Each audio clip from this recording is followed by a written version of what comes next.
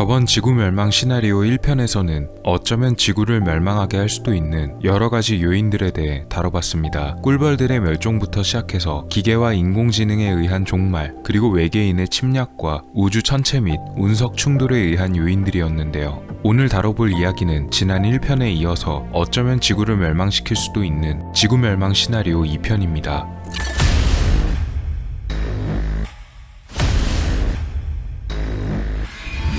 첫 번째로 다뤄볼 지구 멸망의 원인은 다양한 종류의 자연재해들입니다. 태풍이나 지진 등의 천재지변들은 한 국가를 위협할 정도로 위험한 재해들인데요. 특히 화산 폭발은 발생이 극히 드물지만 한번 일어나면 엄청난 피해를 입히는 강력한 재해 중의 하나로 꼽히기도 합니다. 일반적인 화산이 아니라 슈퍼볼케이노, 즉 초화산으로 분류되는 대형 화산이 분화하게 되면 실제로 세계적인 재난을 초래하게 됩니다. 그렇다면 이런 지구 재난적인 피해를 불러올 초화산에는 어떤 것이 있을까요? 대표적으로 거론되는 초화산이 바로 미국에 위치한 옐로스톤 국립공원에 있습니다. 옐로스톤 국립공원은 상당히 거대한 지역으로 미국의 와이오밍주와 몬태나주부터 아이다호주를 아우르는 지점인데요. 그 크기가 무려 8,900제곱킬로미터입니다. 아름다운 풍경과 여러 동물들의 서식지로 유명한데요. 특히나 이 공원 내부에 위치해 있는 거대한 크기의 간헐천은 옐로스톤 국립공원의 상징과도 같은 곳입니다.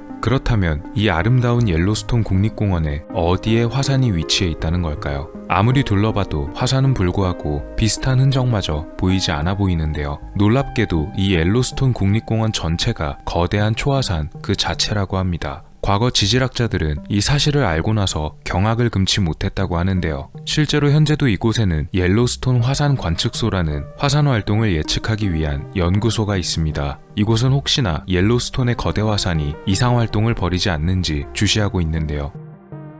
과거 210만 년 전 옐로스톤 화산이 거대한 분화를 일으켰던 적이 있었다고 합니다. 당시 미대륙의 상당 부분이 이 사건으로 인해 화산재로 덮여버릴 정도였다고 하는데요. 어느 학설에 의하면 이 당시 화산재 때문에 로키 산맥이 생겨났다는 설도 존재할 정도이니 얼마나 대량의 화산재가 발생했는지 어느 정도 짐작을 해볼 수가 있습니다. 1980년에 일어났던 세인트 헬렌스 화산 폭발에 약 6,000배에 달하는 화산재를 뿜어냈다고 합니다. 만약 이런 폭발이 현대에 일어난다면 어떤 일이 발생하게 될까요? 일단 화산 분화 시의 폭발이 엄청난 충격파를 일으켜서 거대한 지진이 발생하게 됩니다. 이 지진의 크기는 흔히들 생각하는 대지진이 아닌 더 엄청난 수준의 지진이 될 것이라고 합니다. 때문에 화산이 분화하는 그 즉시 옐로스톤 국립공원 주변 지역은 초토화되며 주변에 사는 인간들을 비롯한 여러 생물들 역시 살아남기 어려울 것이라고 예상됩니다. 분화된 화산에서 나온 대량의 화산재들은 최소 900km 이상까지 퍼져나가게 되며 화산재가 퍼져나간 지역들은 모두 대량의 분진에 파묻히게 될 것이라고 합니다. 게다가 이 화산의 폭발로 인해서 기후에도 큰 변화가 올 것으로 예상되는데요. 1815년에도 인도네시아의 탐보라 화산 폭발로 일부 지역의 기온이 저하되고 가뭄이 들게 되는 등 후폭풍이 대단히 심했던 것을 감안해보면 옐로스톤이라는 거대한 초화산의 분화는 전 세계적인 멸망급 재난을 초래할 것입니다. 게다가 옐로스톤 국립공원의 아래에 있는 마그마의 양도 엄청나다고 전해지는데요. 때문에 화산이 분화하는 그 즉시 대량의 마그마도 분출될 것으로 예상됩니다.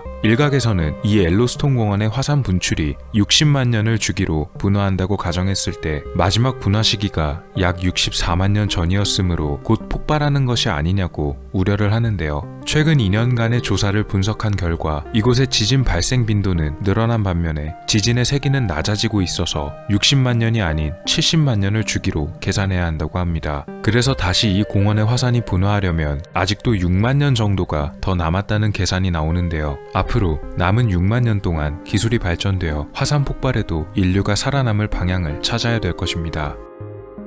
또 다른 재해로는 빙하기를 들 수가 있겠습니다. 많이들 알고 계시는 사실이겠지만 현재 지구상의 인류는 빙하기의 한 종류인 간빙기에 머물러 살고 있는 상태입니다. 지구의 온도는 일정한 주기로 순환하면서 빙하기가 되었다가 또 다시 해빙기가 되었다가를 여러 번 반복해 왔었는데요. 이것은 환경오염 등의 요인과는 전혀 상관이 없이 자연스럽게 진행되는 것이므로 지구의 기온은 빙하기와 해빙기를 거치면서 상승과 하강을 반복하게 됩니다. 마지막 빙하기가 끝난 뒤에 최근 시작된 간빙기도 이미 12,500년이 넘은 상태인데요. 현생 인류의 뿌리가 되는 호모 사피엔스가 약 20만 년에서 30만 년 전에 출현한 것을 감안한다면 인류 역사의 대부분은 빙하기였다고 봐도 과언이 아닙니다. 때문에 비교적 따뜻했던 아프리카 대륙에서 인류의 시초가 발생하게 되었으며 간빙기가 시작된 이후 전 세계로 퍼져나가게 되었다고 합니다. 학자들은 이런 간빙기가 그리 오래가지 않을 것으로 봅니다. 간빙기의 평균 지속기간이 길어도 몇만 년 정도이며 이미 1만 년 이상이 지난 상태이므로 몇천 년 안에 다시 빙하기가 시작되어도 이상할 것이 없다는데요.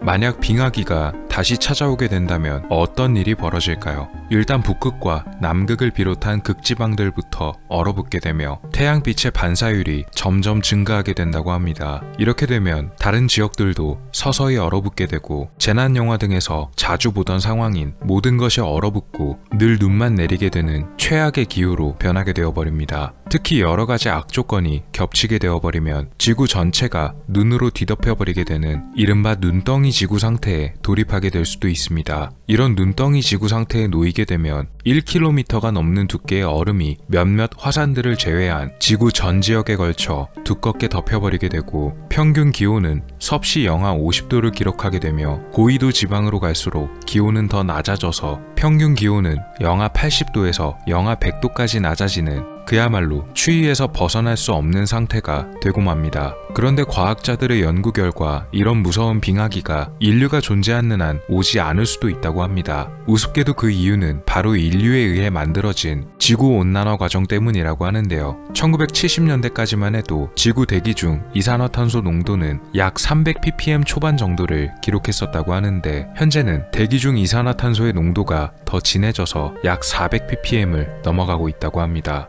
지구의 평균 온도가 상당히 상승했고 시간이 갈수록 더 높아지고 있는 덕분에 빙하기가 아닌 이런 간빙기 기간이 예상보다 더 길거나 혹은 영원히 지속될 거라고 하는데요. 진짜 미래의 기후가 어떻게 변화될지는 아직까지도 예측이 불가능한 단계이지만 만약 온도가 높아지든 혹은 낮아지든 간에 인류에게 놓인 미래는 굉장히 불안해 보입니다.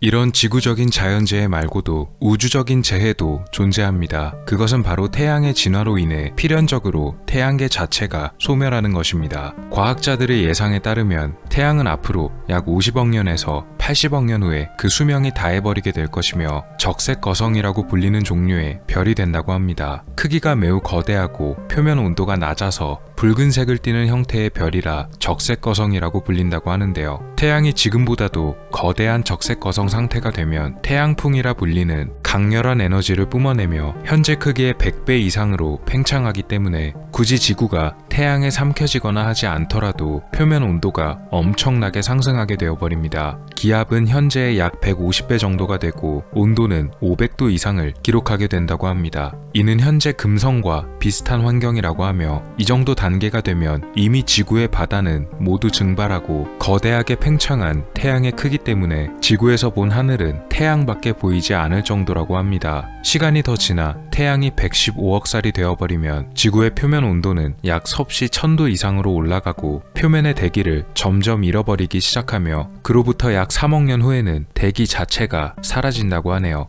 설명을 쭉 들으셨다면 이미 눈치를 채셨겠지만 거의 몇십억 년이 지난 아주 오랜 이후의 일이므로 어쩌면 그 전에 인류의 기술이 발달해서 인류는 지구가 아닌 다른 행성으로 이주해 있을지도 모릅니다. 혹시 이 영상을 보시는 시청자분들 중에 100억 년 이후에도 살아남은 분이 계시다면 영상에 댓글 하나만 남겨주시면 감사하겠습니다. 마지막으로 소개할 지구 멸망의 원인은 어떻게 보면 소설이나 영화 같은 내용이기도 하고 가장 이질적인 원인이기도 한데요. 바로 우주의 시뮬레이션이 끝나는 날입니다. 보통 인터넷에서는 시뮬레이션 우주론이나 모의 실험 중단이라는 말을 사용하기도 하는데요. 우리가 살고 있는 현재 지구, 우주, 이 모든 것이 실제가 아닌 시뮬레이션의 일부라는 주장입니다. 한마디로 우리는 진짜로 살아있는 존재가 아니며 이 우주 자체도 사실은 거대한 시뮬레이션, 즉 가상으로 구현된 세계라는 가설입니다. 말씀드렸듯이 소설이나 공상과학 영화 등에서 자주 등장하는 설정이기도 합니다. 물론 주류 물리학계에서는 재밌는 상상 정도로 치부하지만 실제로 이 가설을 지지하는 학자들도 꽤 존재합니다. 의외로 이 우주가 진짜가 아니라 가상현실이며 인간들은 자신들이 살아간다고 믿고 있다는 이론들은 꽤나 오래전부터 주장되어 왔던 이야기입니다. 대표적으로 동양의 철학자 중 한 명인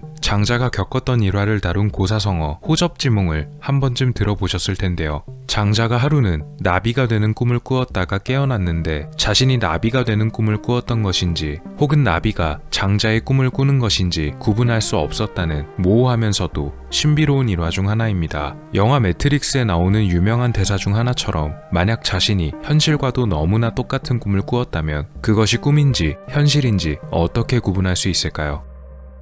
미국의 물리학자인 브라이언 그린은 시뮬레이션 우주론이 충분히 가능성이 있다는 지지를 보내는 학자 중 한 명입니다. 오히려 그는 단순히 가설에서 그치지 않고 충분히 연구나 실험을 해볼 만한 가치가 있다고 했는데요. 만약 이 우주 전체가 시뮬레이션이 맞다면 미래의 인간의 과학기술이 충분히 발달했을 때 시뮬레이션의 오차를 발견할 수 있을 것이라고도 말했습니다. 문제는 인류가 우리가 살고 있는 이 모든 세계가 진실인지 거짓인지에 대해 결론을 내리게 되더라도 인간의 힘으로는 이 시뮬레이션의 진행을 멈추거나 중단시킬 힘은 없다는 점입니다. 반대로 말해 만약 시뮬레이션이 중단되거나 혹은 중단될 것을 인간들이 미리 예상하더라도 이 우주의 시뮬레이션이 중단되는 것을 그저 지켜만 봐야 한다는 것입니다. 시뮬레이션 우주론을 지지하는 사람들은 이런 거대한 우주를 시뮬레이션 시키고 모든 것을 설계한 절대적인 힘을 가진 신적인 존재를 프라임 디자이너라는 명칭으로 부르기도 합니다. 만약 진짜로 이 프라임 디자이너가 우주의 설계자라면 인류는 이 절대적인 존재가 모종의 이유로 혹은 실수로 우주 시뮬레이션을 중단하게 될 때 의식조차 하지 못한 채 모두가 사라지게 될 것입니다.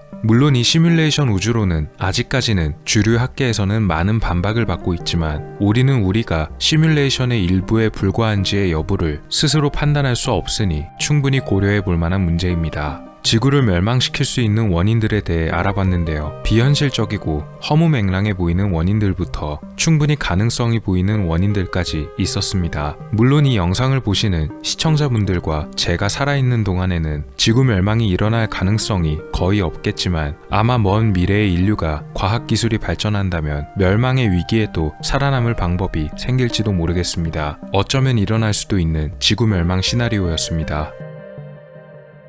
오늘 미스터리 어떠셨나요? 여러분의 구독과 좋아요의 힘으로 다음에도 재밌는 미스터리로 찾아오겠습니다. 미스터리 큐브였습니다. 감사합니다.